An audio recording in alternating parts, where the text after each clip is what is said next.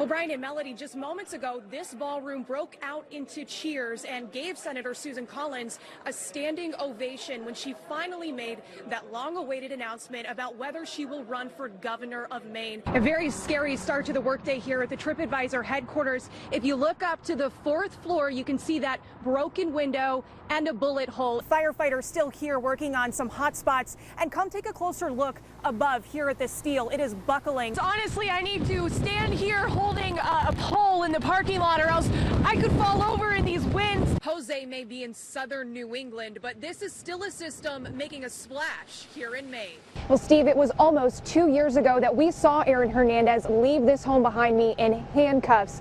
Today we were there as his fiance came home from the court, having just learned about the verdict. Take a look here. This is a ramp coming off of 95. Cars stuck on that ramp. Here's a taxi cab that's completely stalled and stuck at $8 million. Some are calling the price of this private island in Maine's Casco Bay a bargain. This part of Route 4 in Farmington, Maine has a curve in the road. Then add in icy road conditions and a speeding tractor trailer. And this is the result. That's a lot of controversy stirred up on the eve of the election. It all started with these. Totally felt very violated. Joey Toothaker sensed someone was following him and his daughter inside this Hannaford. Later, a friend showed him a Flickr account that confirmed it. He showed us these screenshots, dozens of candid photos with the caption, "Cute girl." She's not a cute girl.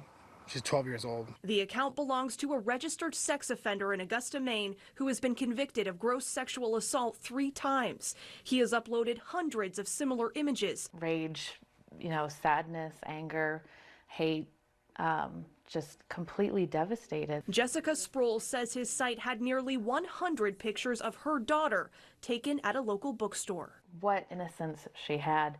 We've now had to have a conversation that kind of takes that away, and she's 10. These parents and hundreds more have complained to Augusta police. We haven't really encountered this before. Who say they are powerless to prevent these pictures taken in public places. The Constitution spells it out pretty black and white for us. They say it's creepy, but not a crime, and suggest reporting him to social media sites to have the pictures removed. Because he has not been charged with a crime, NECN is not naming the man behind the photos, but we did track him down after his Flickr account was wiped clean. Do you intend to continue to do this? No, I do not, and I regret every single time I've ever done it. And you've taken down the photos? All the ones that I still have access to. It's no comfort to the parents who say he could do it again without consequence. It's a very helpless feeling, yeah. In Augusta, Maine, Danielle Waugh, NECN. What's on that? Heart. Nate Lambert loves his bear. It wore this sweater that has his father's name on it and angel wings. That's kind of how we explained to him that Dad was an angel. It was a gift to this 3-year-old shortly after his father Jordan died. We told him, if you miss Dad, you hug the bear. If you want to talk to Dad, you talk to the bear. Which is all the time, everywhere he goes. That's why Nate was carrying his daddy bear to the Maine Mall this week. But somehow that bear got lost. And he was very concerned where Daddy Bear was. They thought they may have dropped the bear in this parking lot. They searched here, they searched inside the mall, but no luck. So they turned to social media, offering a $100 million reward to underscore their desperation. You know, things spread like wildfire on the internet, but I didn't think that something like this would. The post was shared and showed up in just the right person's timeline. I'm like, oh, that's the bear. I couldn't believe it, yeah. CJ and his 3-year-old daughter Bella were also at the mall that day.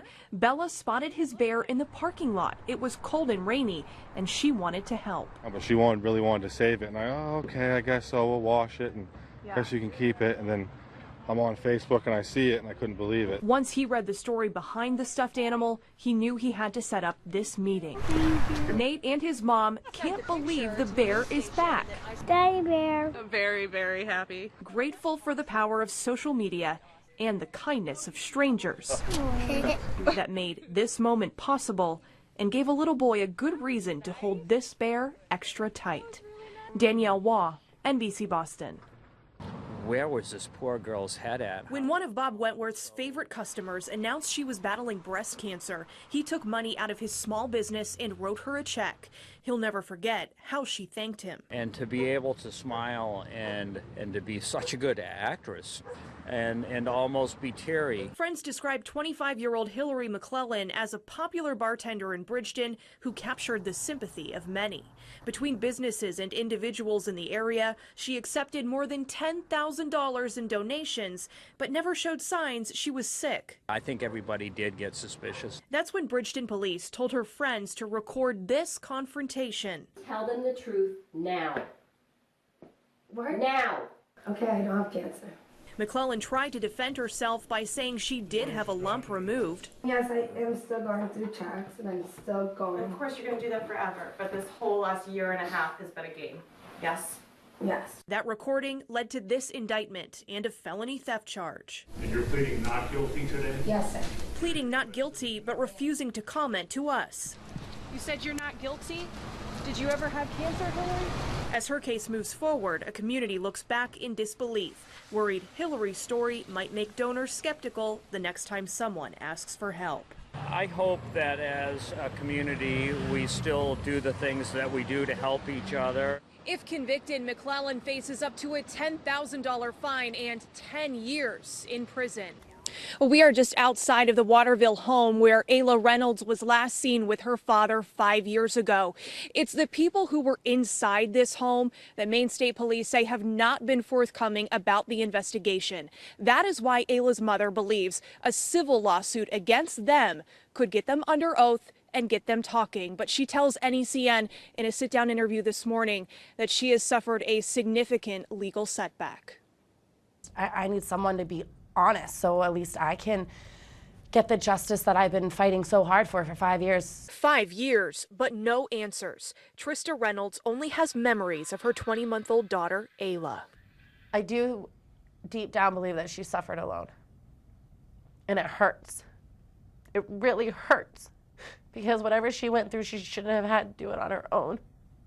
Ayla's father, Justin DiPietro, reported her missing in December of 2011, launching the largest missing person case in Maine State history. We think it is highly unlikely that Ayla Reynolds will be found alive. Police have ruled out an abduction and believe there was foul play. It's a mother's worst nightmare, and I just keep reliving it over and over and over again. Over the years, Trista has revealed details from the investigation that police discovered Ayla's blood throughout the Waterville home, but still no arrests. We don't have the answers to some of the questions that we have. Maine State Police say they've received a record 1,500 tips, but 3 people could hold the key to the case.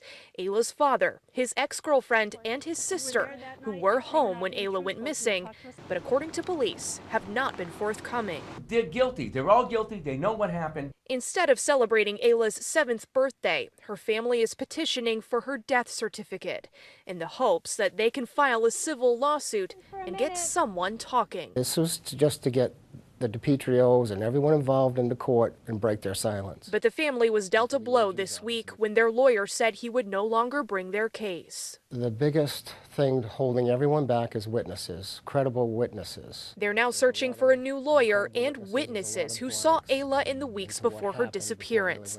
And while Justin DiPietro maintains his innocence, Ayla's mother is convinced he's been lying for 5 years. I want to take him down and I want to bury that man.